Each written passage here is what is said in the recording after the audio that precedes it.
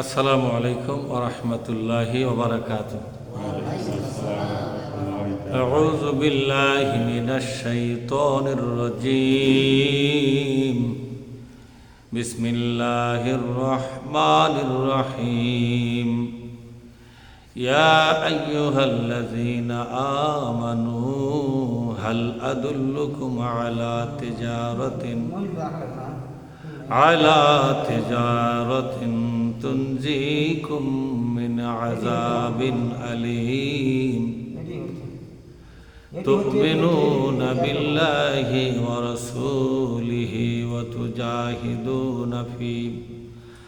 وتجاهدون في سبيل الله بأموالكم وأنفسكم ذلكم خير لكم إن كنتم تعلمون। আমরা সকলে বলি আলহামদুলিল্লাহ। আমরা আল্লাহর দরবারে শুকরিয়া আদায় করে বলি আলহামদুলিল্লাহ। সালাত এবং সালাম বিশ্বনবী মুহাম্মদুর রাসূলুল্লাহ বলি সাল্লাল্লাহু আলাইহি ওয়াসাল্লাম। আমি আপনাদের সামনে পবিত্র কোরআনের মাদানী একটা সূরা, সূরা আস-সফ, এই সূরা থেকে কিছু অংশ আমি পড়ে শোনালাম, ছোট্ট সূরা। আসুন আমরা এখান থেকেই আজকের আলোচনার যতটুকু আল্লাহ পাক তৌফিক দান করেন করবার চেষ্টা করব এবং শুনবার চেষ্টা করব। আমা তৌফিকি ইল্লা বিল্লাহ। আল্লাহ পাক বলছেন, ইয়া আইয়ুহাল্লাযীনা আমানু, হে ঈমানদারগণ। ঈমান আনার পরে আল্লাহ পাক তাদেরকে ডাক দিচ্ছেন, হে ঈমানদারগণ। আল্লাহ জানে যারা ঈমান এনেছে তারাই তো আমার কথাটা শুনবে, যারা ঈমান আনেনি তারা তো শুনবে না। একটা কাজের দায়িত্ব তো তারাই নিবে যারা ঈমান এনেছে। তো ঈমান আনার মানে কি হলো? ঈমান আনার মানে হলো প্রথম আল্লাহর প্রতি ঈমান। আল্লাহর প্রতি ঈমানের মানে হলো যে আল্লাহকে এক আল্লাহ বলে আমি বিশ্বাস করি, একজন আল্লাহ ছাড়া আর কোনো আল্লাহ আমাদের নাই। আল্লাহর সকল গুণাবলী আমি বিশ্বাস করি। আল্লাহর প্রতি বিশ্বাস, ফেরেশতার প্রতি বিশ্বাস আছে না, কিতাবের প্রতি বিশ্বাস, নবী রাসূলদের প্রতি বিশ্বাস। আর ঈমানের সুন্দর একটা ব্যাখ্যা বিশ্বনবী একটা কালেমার মাধ্যমে দিয়েছেন। ঈমান আনা মানে হলো ওয়াকাবিলতু জামিয়া আহকামিহি ওয়া আরকানিহি, আজ থেকে আমি কবুল করে নিলাম জামিয়া সর্বপ্রকার। জামিয়া শব্দের অর্থ হলো আহকামিহি, তার হুকুম সমূহ। হুকুমের বহু বচন হচ্ছে আহকাম, মানে যত রকমের হুকুম আমার উপর আছে। আল্লাহ পাক আমার উপরে যতগুলো হুকুম আমার উপরে দান করবেন সেই হুকুমগুলোকে মাথা পেতে নিলাম, আমি আর হুকুমের বাইরে যাব না। ও আরকানিহি, এবং সকল শর্ত আমি কবুল করলাম। হুকুমও কবুল করলাম, শর্তও কবুল করলাম। যে কোনো কাজের কিন্তু একটা শর্ত আছে, আছে না নাই? যেমন ঈমান আনার জন্য একটা শর্ত আছে। নামাজের জন্য শর্ত হলো ওযু করা, আর ওযুর আগে শর্ত হলো শরীর পাক, কাপড় পাক, ঠিক না? আছে না এগুলা? তো ঈমান আনার শর্ত কি? ঈমান আনার শর্ত হলো তাগুত বর্জন করা। আল্লাহ নিজে বলেছেন সূরা বাকারার ভেতরে, ফামা ইয়াকফুর বিত-তাগুত ওয়া ইউমিন বিল্লাহ। তুমি যদি ঈমান আনতে চাও তাহলে তাগুতের সাথে সম্পর্ক আগে ছিন্ন করো, তারপরে তুমি ঈমান আনো। বুঝতে পারছেন কি আপনারা? তা ঈমান আনার শর্ত দিয়েছে কে? আল্লাহ। আপনি নিজের মনে করে তো ঈমান আনলে হবে না, আল্লাহর শর্ত মানালে ঈমান আনতে হবে অবশ্যই। তাগুতের সাথে সম্পর্ক ছিন্ন করে দিয়ে তারপর ঈমান আনতে হবে। যেমন ওযু করলেই তো নামাজ হবে না, আগে শরীর কি করতে হবে? শরীর পাক পবিত্র নয়, আপনি ওযু করলেন, কাম হবে? ওযু হলো পবিত্র শরীরের উপরে। ওযুর আগে শর্ত হলো শরীর পাক, ঠিক না? তো ঈমান আনার শর্ত হলো আগে তাগুতের সাথে সম্পর্ক ছিন্ন। তাগুত কারা? তাগুত হলো একদল রাজনীতির নেতারা, এরা হলো তাগুত। তাহলে কোন নেতারা তাগুত? যে নেতারা আল্লাহর কোরআনের কোনো রাজনীতি করে না, কোরআন বাদ দিয়া রাজনীতি করে, এরকম নেতা আছে না নাই? আমাদের দেশে খুব একটা নাই তো। আমাদের দেশে বেশিরভাগ রাজনীতি নেতারা কোরআনের পার্টি করে। কি করা হয়? আমার কথা বোঝেননি? গোটা জেলা মিলে 2-1টা হতে পারে যারা কোরআন বাদ দিয়া রাজনীতি করে। সমস্ত নেতারাই কিন্তু কোরআনের রাজনীতি করে নাকি? এটাই কি সঠিক?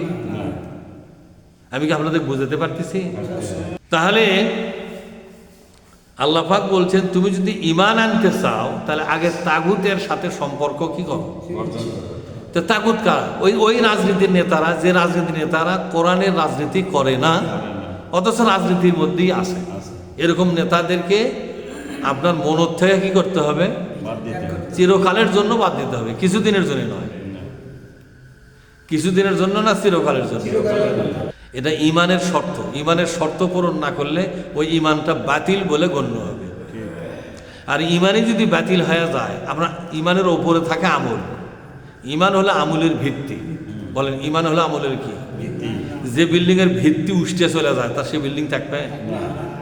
500 তলা যদি হয় না, মজবুত ভিত্তি নাই, কোন একটা কারণে একটা ধাক্কায় ভিত্তি উষ্ঠে গেছে, এবার 500 তলা বিল্ডিং এর কি হবে? অন্ত 500 তলা হোক কেন 1 তলা হোক, ওগুলো থাকবে কিছু? ঈমান হলো আমলের ভিত্তি। বলেন ঈমান হলো।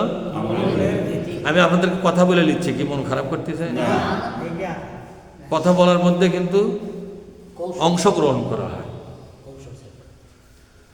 আপনাদের কথাগুলো বুঝতে সহজ। তাহলে ঈমান বাঁচাতে গেলে আবার এই ভিত্তি যদি বাঁচান তাহলে তাগুত বর্জন করা লাগবে। তাগুত কি করতে হবে? ঈমানের নাপাক হলো তাগুত। ঈমানের নাপাকটা কি? তাগুত। তাগুত হলো ঈমানের নাপাক। আপনার শরীরের একটা নাপাক আছে না নাই? এ কি গু ভরিছে, কি করবে না? মানে এমন জায়গাগুলো গু ভরছে তা বোঝা যাচ্ছে কোনটি কোনটি ভরছে, তখন মানুষ কি করে? দের অর্থাৎ গোসলই করবে, ঠিক না? হাঁটুত ভরছে না, ধুয়ে ফেলে দিন, কিন্তু এমন জায়গা ছিটে মিটে গেছে আপনি মনে করতেছেন যে শরীরের কোন কোন জায়গা তার ভরিছে, ধরে এগুলো হবে না। তখন গুয়ের তো এতটুকু ভরলেও তো আপনারা শরীর পাক। গু হলো না পাক, পেশাব হলো তাকে না পাক দূর করার জন্য আপনি কি করলেন? গোসল করলেন, তারপরে উযু করলেন, ঠিক না? এবার আপনার কমপ্লিট হয়ে গেল না? তো ঈমানের নাপাক হচ্ছে তাগুত। এই তাগুত নামক নাপাককে দূর করার পরে তো আপনার ঈমান আনতে হবে। তাহলে সেই সকল নেতাদেরকে তাগুত বলা হয় যে নেতারা কোরআনে প্রতিষ্ঠার কোনো রাজনীতি করে না। আমি কি বুঝাতে পারলাম? কোরআন প্রতিষ্ঠার পর্যন্ত কোরআন দিয়ে দেশ চলবে, কোরআন দিয়ে আদালত চলবে, কোরআন দিয়ে সংসদ চলবে, এই আন্দোলনের সাথে যেই নেতারা জড়িত নাই অথচ রাজনীতির ময়দানে নেতা হয়ে আছে, সেটা যে কোনো দলের হতে পারে, এই সবগুলো নেতাকে কোরআনের ভাষায় কি বলা হচ্ছে ভাই? তাগুত। এই তাগুতের সাথে সম্পর্ক রাখলে আপনার ঈমান থাকবে না যাবে? তা ঈমান যদি চলে যায় আমলগুলোর কি হবে? খুব কষ্টের আমল, কিন্তু তাহলে বোঝেন এলো বাদ হবে। যার ঈমান নাই তার আমলের কোনো, আমি কি বুঝাতে পারলাম? তাহলে ঈমানদার মানে হলো আল্লাহর সকল হুকুম মানতে হবে এবং শর্তগুলোও ওয়া কাবিলতু জামিয়া আহকামিহি ওয়া আরকান মানে কি? আরকান মানে শর্ত, কন্ডিশন। আরকান মানে শর্ত, শর্তও মেনে নিতে হবে। ঈমান আনার শর্ত দিয়েছে আল্লাহ তাগুত ছেড়ে দাও, আপনাকে শর্ত মানাই লাগবে। আর ভিন্ন ভিন্ন রাজনীতি নেতাদের পার্টি করবেন আর আপনি হজ করবেন, নামাজ পড়বেন, আপনার তো ঈমানটাকে আল্লাহ কি করে দিয়েছে? বাতিল করে দিয়েছে। ঈমানই তো নেই, তার আমল দিয়ে কি হবে? আপনার আমল করলেই কি আর না? এই কথাটাই আমির হামজা কিন্তু এখানে বলে গেছে একবার, যে আপনার নামাজ পড়ে কি হবে, রোজা করে কি হবে যদি মূল কাজটাই আপনি না করেন? অনেকক্ষণ ধরে জিকির করতেছে বসে থেকে, কিন্তু যখন রাজনীতি তুফান ওঠে ওই তখন ওইগুলো দলের মধ্যে যায়, টুপি মাথার দেয়, দাঁড়িয়ে মুখ থুয়ে বসে থাকে, ঠিক না? কে দাঁড়িয়ে খান ব্যাগ খুলে থুয়ে যায় বসে থাকে, তখন নবী অপমান কম হয়। নবীর সুন্নত মুখ দিলে তুমি কোন জায়গায় বসে আসো? কথা ঠিক না ভাই? তুমি তাগুতের সাথে আসো, মুখ দাঁড়িয়ে সাথে নামাজ আসো, তোমার সাথে রোজা আছে, তোমার জিকির আজকার আছে, সব শুদ্ধে যায়, তাগুতের পাশে যায় পার্টি করতেছ, তোমার ইমান আছে? এখন এই ইমানদারদেরকে বলা হচ্ছে তোমরা যদি চুক্তি করিস যে আমরা আল্লাহর সকল শর্ত কবুল করলাম, সকল হুকুমও কবুল, এই চুক্তির উপরে তো ইমান আনছেন নাকি? আল্লাহ বলছেন তোমরা যারা এই চুক্তিবদ্ধ আছো তাদের দায়িত্ব হলো যে আমি তোমাদের কাছে একটা সংবাদ দেব, সংবাদটা ভালো করে শোনো। হাল আদুল্লুকুম, তোমাদেরকে একটা বিষয় অবগত করাবো, তোমাদেরকে একটা ব্যবসার কথা বলবো। এই ব্যবসাটা যদি করতে পারো তাহলে জাহান্নাম থেকে মুক্ত হওয়ার গ্যারান্টি পাবা তোমরা। তুনজি কুম্মেন আযাবিন আলী, জাহান্নামের কঠিন এবং কঠোর আর নির্মম শাস্তি, এই শাস্তির হাত থেকে বাঁচার জন্য একটা গ্যারান্টি যুক্ত কাজের কথা তোমাদেরকে বলবো, যে কাজটা করতে পারলে জাহান্নাম থেকে নাজাতের একটা গ্যারান্টি তোমাদেরকে দেওয়া হলো। এই গ্যারান্টি আমরা দিলাম না, কে দিল? এটা আল্লাহ দিল গ্যারান্টি। আল্লাহ পাক বললেন সেটা হলো একটা ব্যবসা। দুনিয়ার ব্যবসা করো পেট চালাবার জন্য, আর আমি আল্লাহ যে ব্যবসা দেবো তা জাহান্নাম থেকে বাঁচার জন্য। সুবহানাল্লাহ বলেন। দুনিয়ার ব্যবসা করলে, দোকানদারি করলে আপনার পেটটা চলবে, বাড়ি ঘর চলবে, টাকা পয়সা হবে, জমি জমা কিনবেন, বাড়ি ঘর করবেন। দুনিয়ার ব্যবসার লাভ দিয়ে অনেক কিছুই করা যাবে, কিন্তু আমি আল্লাহ যে ব্যবসাটা দেবো তার লাভ দিয়ে তুমি জাহান্নাম থেকে বাঁচবে। শুনবেন না সে ব্যবসা? আল্লাহ বলছেন তুমিনুনা বিল্লাহ, সর্বপ্রথম আগে আল্লাহর উপর ঈমান আনতে হবে। আল্লাহ রসুলের উপর ঈমান আনার পরে ওয়াতুজাহিদুনা ফি সাবিলিল্লাহি বিআমওয়ালিকুম ওয়া আনফুসিকুম, আমি আল্লাহ তোমার যে জীবন দিয়েছি এবং তোমার হাতে যে সম্পদটা দিয়েছি, এই দুইটা জিনিস লাগবে। কটা জিনিস লাগবে? ওই ব্যবসার পুঁজি হিসেবে লাগবে কয়টা? একটা হলো সম্পদ লাগবে, আর একটা হলো আপনি দুনিয়ার যে কোনো ব্যবসা করেন, এই দুটো জিনিসই কিন্তু লাগে। আপনি দোকানদারি করবেন, দুটো জিনিস লাগে না? দোকানের ক্যাশ লাগে এবং পাশাপাশি আপনার সময় দেওয়া লাগে, মানে জীবনটাও লাগবে। জীবন মানে সময়, জীবন মানে কি? মানে আজকেই দোকানের পাশে আজকে কুরবানি হবেন, সেই সময়ের কথা বল, সেই জীবনের কথা বলছে। এখানে জীবন দেওয়া মানে আপনার নফস, আপনার জীবনটাকে ওখানে কাজে লাগাতে হবে। শুধু টাকা দিয়ে ব্যবসা হয় না, আপনার নিজেকেও ওই ব্যবসার সাথে জড়িত হওয়া লাগবে। আপনারা জানেন কর্মচারীদের ব্যবসা হয় না, কি বলেন? ব্যবসা হয় বলেন না আপনারা? দোকানে যদি আমি মালিক হয়ে বসি তাহলে 16 আনা লাভ, বেটাকে যদি বসায় 8 আনা লাভ, আর কর্মচারীদের বসালে 12 আনাই গচ্চা যাবে। তাই ভাই বলে না? তার মানে যে দুনিয়ার যে কোনো ব্যবসাও কিন্তু দুনিয়া পুঁজি লাগে, একটা জীবন লাগবে, আর একটা কি লাগবে? সম্পদ লাগবে। দোকানত কোনো মাল না থাকলে আপনি বেচা কেনা খালি আপনি বসে থাকলে কী করবেন আপনি? আবার দোকান ভরা মাল আপনি নাই, খরিদ্দার কি জিনিস বাড়ি লাগাবে ওর থেকে? তারপর দুটা জিনিসই লাগবে, আপনার জীবনও লাগবে আর সম্পদ লাগবে। ঠিক জাহান্নাম থেকে বাঁচার জন্য আল্লাহ অতিরিক্ত কিছু শর্ত দেয় নাই, এই দুটো জিনিসই দিয়েছে। তোমার জীবন আর সম্পদ দুটা একসাথে বিনিয়োগ করো, একসাথে বিনিয়োগ করো। কোথায় বিনিয়োগ করবেন? আল্লাহ বলছেন এই দুটা জিনিস আগে তুমি রাজি হও। এই ব্যবসা করতে পুঁজি লাগবে দুটো, একটা হলো সম্পদ আর একটা জীবন। এই দুটা সম্পদ, জীবনে কিন্তু একটা সম্পদ, কি বলেন আপনারা? জীবন পকেটের টাকায় খালি সম্পদ না জীবনটাও সম্পদ? দুনিয়ার লাখ লাখ কোটি কোটি টাকা আপনার আছে, কিন্তু আপনার হায়াত শেষ, আর কোনো লাভ আছে? তাহলে আপনার জীবনটাও কিন্তু একটা সম্পদ, আবার দুনিয়ার টাকা পয়সাও এটা একটা সম্পদ, ধন দৌলত যাকে বলা হয়। এই দুই সম্পদ একত্র করে, এই দুই পুঁজি একত্র করে আপনার কাজে লাগাতে হবে। কোথায়? জিহাদ ফি সাবিলিল্লাহ। বলেন জিহাদ ফি সাবিলিল্লাহ। জিহাদটা কি? জিহাদ হচ্ছে নামাজ পড়তে জিহাদ লাগে না, রোজা করতে জিহাদ লাগে না, হজ করতেও জিহাদ। আপনি সারাদিন জিকির করবেন, জিহাদ করে জিকির করা লাগে না। দান খরাত করতেও জিহাদ লাগে না। তো জিহাদ কোন কাজে লাগে? জিহাদ লাগে হচ্ছে আল্লাহর দ্বীন প্রতিষ্ঠা করার জন্য যে আন্দোলন এবং মানুষের শাসন ব্যবস্থা বিদায় করার যে আন্দোলন, মানে একটা বিদায় করতে হবে আর একটা প্রতিষ্ঠা করতে হবে। এই দেশটা কিন্তু মানুষের আইন দিয়েই চলে, কি বলেন আপনারা? আচ্ছা, আদালতগুলোতে কি আল্লাহর আইন আদালত চলে না? মানুষের লেখা আইন দিয়ে আদালত চলে? বলেন তো। মানুষের লেখা। জাতীয় সংসদ কি আল্লাহর কোরআনের বিধান দিয়ে চলতেছে? ওরা বারবার কি বলতেছে? সংবিধানে নাই। এই সংবিধানটা কি কোরআন না ওদের বানানো? জাতীয় সংসদে যে সংবিধান বলতেছে না, যে সংবিধানে নাই, সে সংবিধানটা কিসের জানেন আপনারা? সে সংবিধানটা আমাকে বাংলাদেশের কিছু বুদ্ধিজীবী, বিদেশের কিছু বুদ্ধিজীবী, কিছু হিন্দু, বৌদ্ধ, খ্রিস্টানের বুদ্ধিজীবীগুলা একত্র হয়ে একটা সংবিধান বানাছে। মানে বিভিন্ন আইন কানুন লেখে ওটা একটা বই বানাছে। এই বইয়ের নাম দিয়েছে কি? সংবিধান। এই সংবিধানটা দেশ চলবে। যাই এমপি হচ্ছে তাই ওই সংবিধান রক্ষা করার জন্য শপথ করতেছে। কোরআন যদি সংবিধান হতো তাহলে কোরআন দিয়ে সংসদ চলতো, ঠিক না ভাই? তাহলে একটা সংবিধান কিন্তু কায়েম আছে, কায়েম নেই কথা কয় না। জাতীয় সংসদে কিন্তু একটা সংবিধান কায়েম আছে।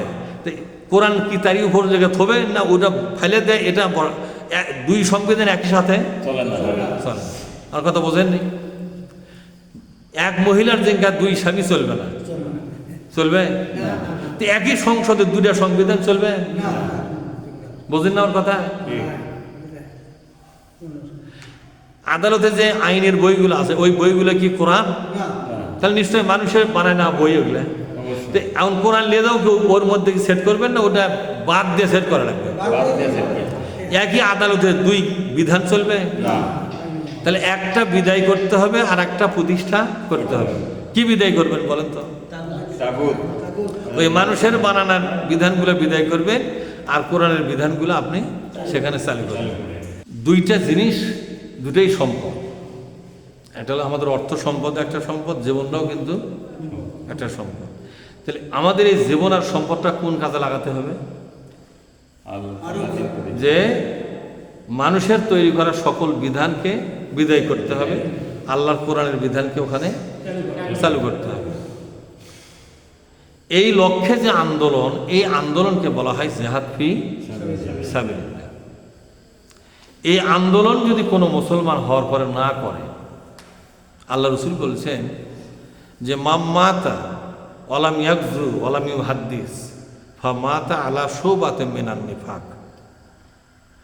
যদি কেউ কোরআন প্রতিষ্ঠার আন্দোলন করার নিয়ত পর্যন্ত করে না, আন্দোলন তো করে না, আন্দোলন করার নিয়ত ভেতরে নাই, এই লোকটার মৃত্যু হবে মুনাফেক অবস্থায়। যতই সে নামাজি রোজাদার হোক, যতই জেকার আজকারকারী হোক, যতই হাজি হোক, কিন্তু তার মৃত্যুটা সর্বশেষ হবে কি অবস্থায়? মুনাফেক অবস্থায়। কারণ আপনারা বলেন এই মুনাফেক অবস্থায় মৃত্যু হয়ে গেলে মুনাফেকদেরকে কিন্তু জাহান্নাম থেকে কোনোদিনই আল্লাহ মাফ করবে না। অনেক অপরাধী জাহান্নাম থেকে মাফ পাবে, শুধু মুনাফেকরা মাফ পাবে না, মুশরিকরা মাফ পাবে না, আর কাফের যারা তারা মাফ পাবে না। আর কথা বুঝতে পারছেন? তাহলে মুনাফেক, কাফের আর মুশরিক এরা চিরন্তনভাবে জাহান্নামী হবে। এদের কোনো জাহান্নাম থেকে বাঁচার কোনো দিন সুযোগ নেই। অথচ মুনাফেকরা কিন্তু সবাই ইবাদতকারী। কাফেররা ইবাদত করে না, মুশরিকরা ইবাদত করে কারা? মুনাফেকরা। মানে মুনাফেক হয় মুসলমানের মধ্যে। মুনাফেক কার মধ্যে হয়? মুসলমানের মধ্যে। কোনো কাফেরের মধ্যে মুনাফেক হয় না, কোনো মুশরিকের মধ্যেও মুনাফেক হয় না। মুনাফেক হয় খাঁটি মুসলমানের মধ্যে। কোন মুসলমান? যে মুসলমান সব ইবাদত করতে রাজি আছে, শুধু কোরআন প্রতিষ্ঠার আন্দোলন সে পছন্দও করে না, করেও না, পছন্দও করে না। এই লোকটা হচ্ছে মুনাফেক। আবারও বলি, ওই মুসলমানকেই মুনাফেক বলা হয় যে মুসলমান আল্লাহর দেওয়া সব ইবাদতই কবুল করে নিয়েছে এবং করে, সাধ্য অনুযায়ী করে। শুধু কোরআন প্রতিষ্ঠার যে আন্দোলন, যেটা জেহাদ বলা হয়েছে, কি বলা হয়েছে? জেহাদ ফি সাবিলিল্লাহ, এই আন্দোলনটা তারা করে না। এদেরকে আরবিতে কি বলা হয়েছে? মুনাফিক। তা আমাদের বাংলাদেশে এরকম মুসলমানদের সংখ্যা কম না বেশি? আমাদের মূল টার্গেটটা হচ্ছে মুসলমানদেরকে নাজাতের কথাটা বলে দেওয়া, এবং কোথায় নাজাত হবে আর কোথায় গেলে ধ্বংস হবে, কি কারণে একটা লোক মুনাফেক হয়, কি কারণে একটা লোক মুনাফেক থেকে বেঁচে খাঁটি মুমিন হয়ে মরতে পারে, এই জিনিসটা বুঝে দেওয়াটাই হচ্ছে আমাদের মূল কাজ। সম্মানিত ভাইরা, আজকের এই সংক্ষিপ্ত আলোচনার থেকে আপনাদেরকে এই কথাটাই বুঝতে হবে। আল্লাহ তাআলা আমাদের সকলকে এই কথাগুলোকে উপলব্ধি করবার তৌফিক দিন। আমিন। আসসালামু আলাইকুম ওয়া রাহমাতুল্লাহ।